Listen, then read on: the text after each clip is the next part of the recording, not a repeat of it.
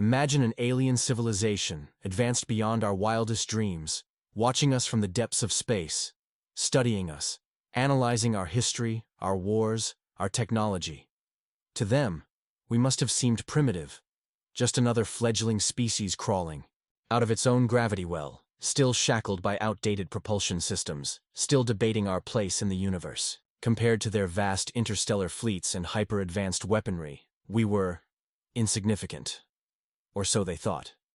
But what happens when the underestimated rise to meet the giants?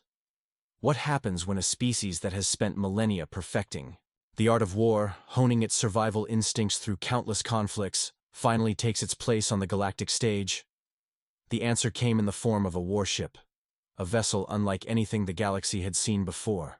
A machine of destruction so powerful, so strategically brilliant, that it shattered the illusion of human weakness in an instant.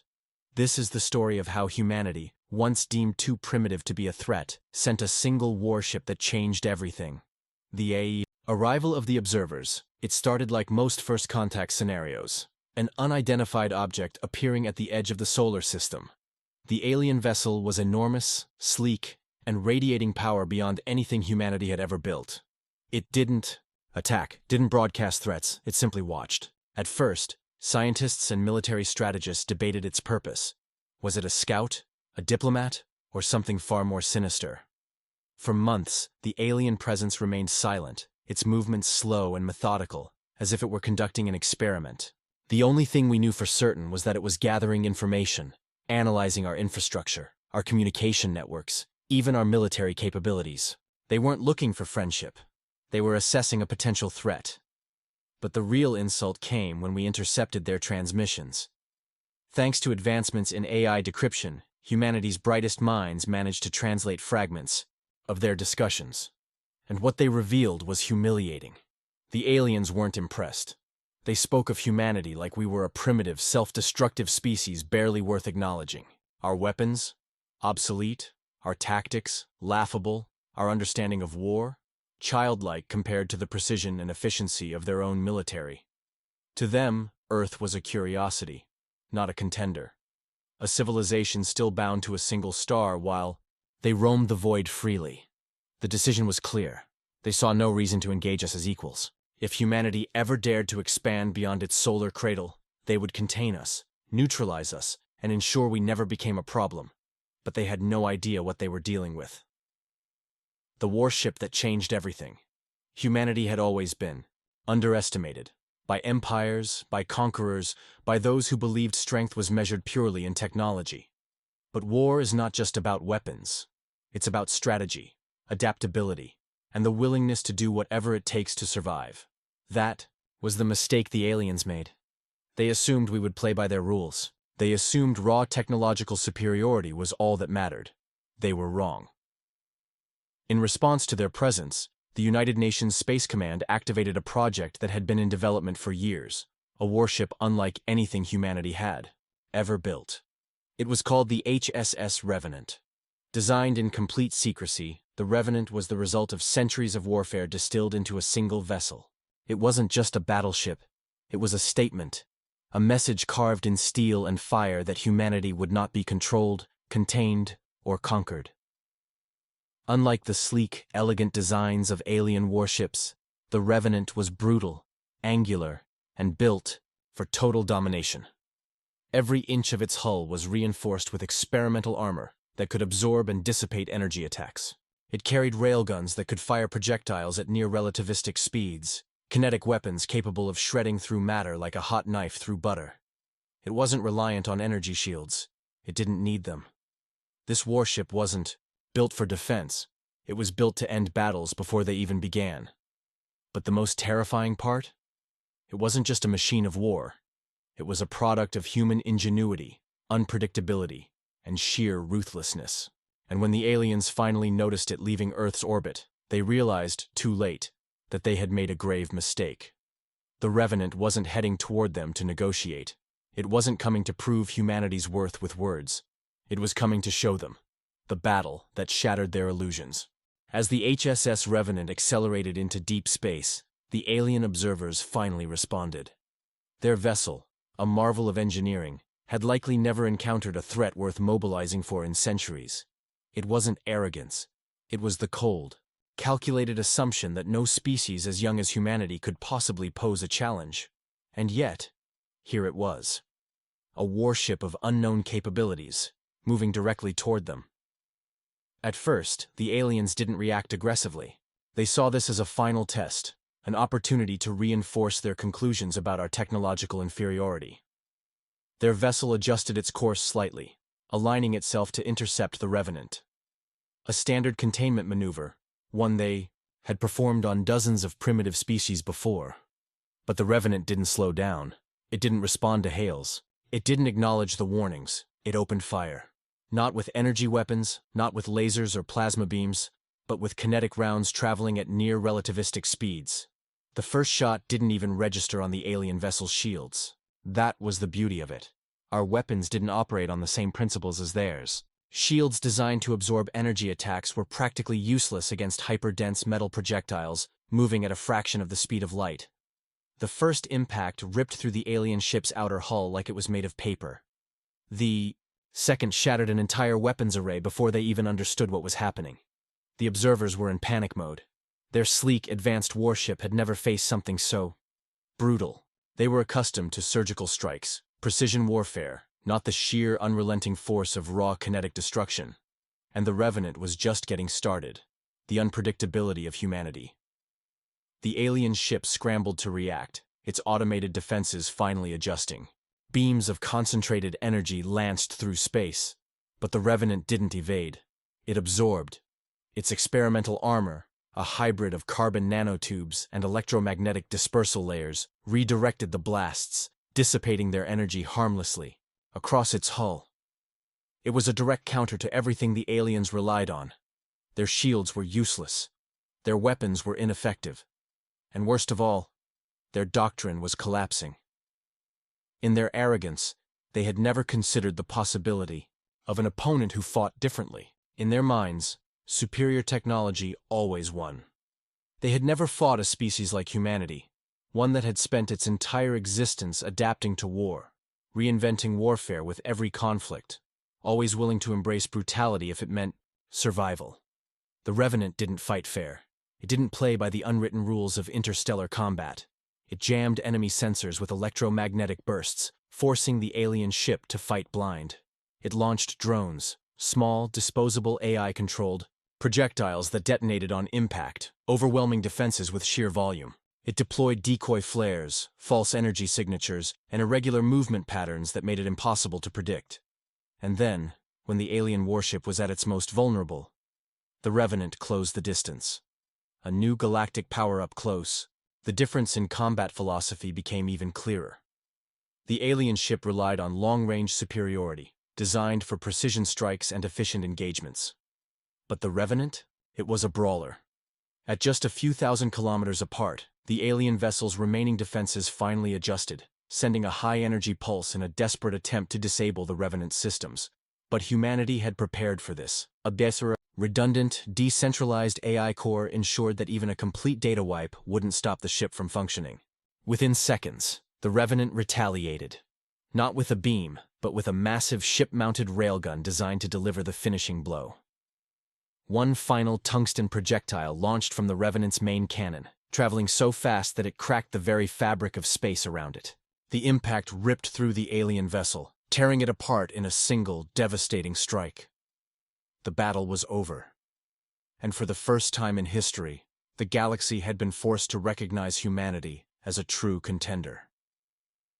The transmission that followed was simple. A message encoded in every known galactic language, sent out across the void for anyone listening. We are humanity. We are not primitives. We are not prey. We do not start wars, but if you come for us, we will end them. And just like that, the illusion of our weakness was shattered. The ripple effect, a changed universe. The alien fleet was destroyed, but the message of the Revenant's victory echoed far beyond that singular battle. News of humanity's unexpected strength spread through the galaxy like wildfire. From the farthest reaches of the Milky Way to neighboring star systems, civilizations who had previously ignored or underestimated humanity now saw us through a New lens. The Revenant had done more than defeat a superior alien force. It had fundamentally altered the dynamics of galactic power. Suddenly, humanity was no longer just another fledgling species on a backwater planet. We were a force to be reckoned with, a species that, despite our humble beginnings, had the ability to innovate, adapt, and triumph in the face of overwhelming odds. But the question remained, would this newfound recognition result in peace, or would we face even more dangerous challenges from those who now feared us? As the years passed, it became clear that the galaxy wasn't going to simply bow to humanity. In fact, the opposite began to unfold. The first major galactic summit, after the Revenant's victory, was an eye-opener. Representatives from previously distant and isolated species suddenly wanted to engage with Earth, not for trade or diplomacy, but to assess our military capabilities. We weren't invited to the table to discuss peace. We were there to prove we weren't a threat. At the summit, representatives of the more advanced civilizations openly debated how best to contain humanity. Some advocated for military action, suggesting that a swift preemptive strike was the only way to avoid a future conflict. Others, more pragmatic, warned that humanity's recent display of power was too potent to ignore. If the Revenant was just a glimpse of what we were capable of, they couldn't afford to treat us lightly.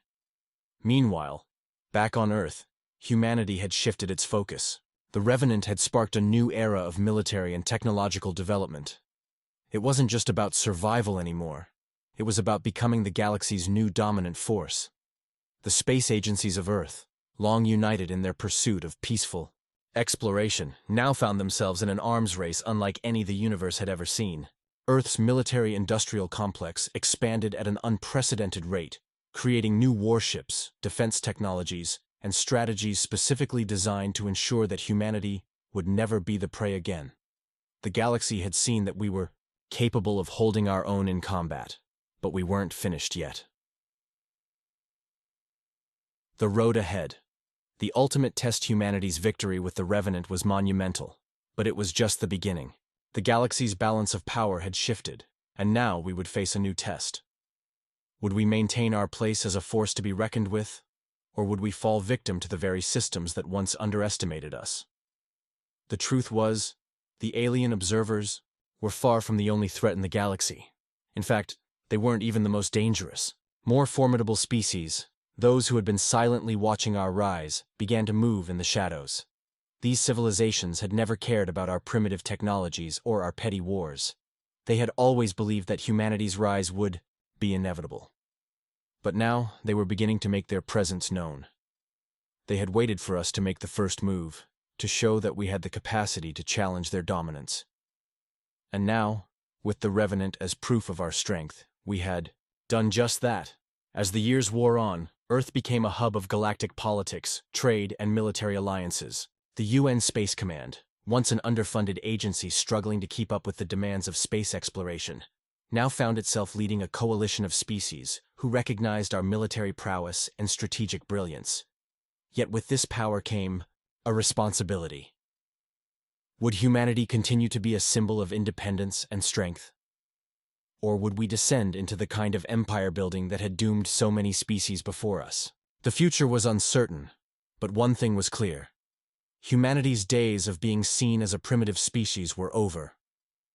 The universe had witnessed our rise, and they would never forget the ship that changed everything. But the question lingered.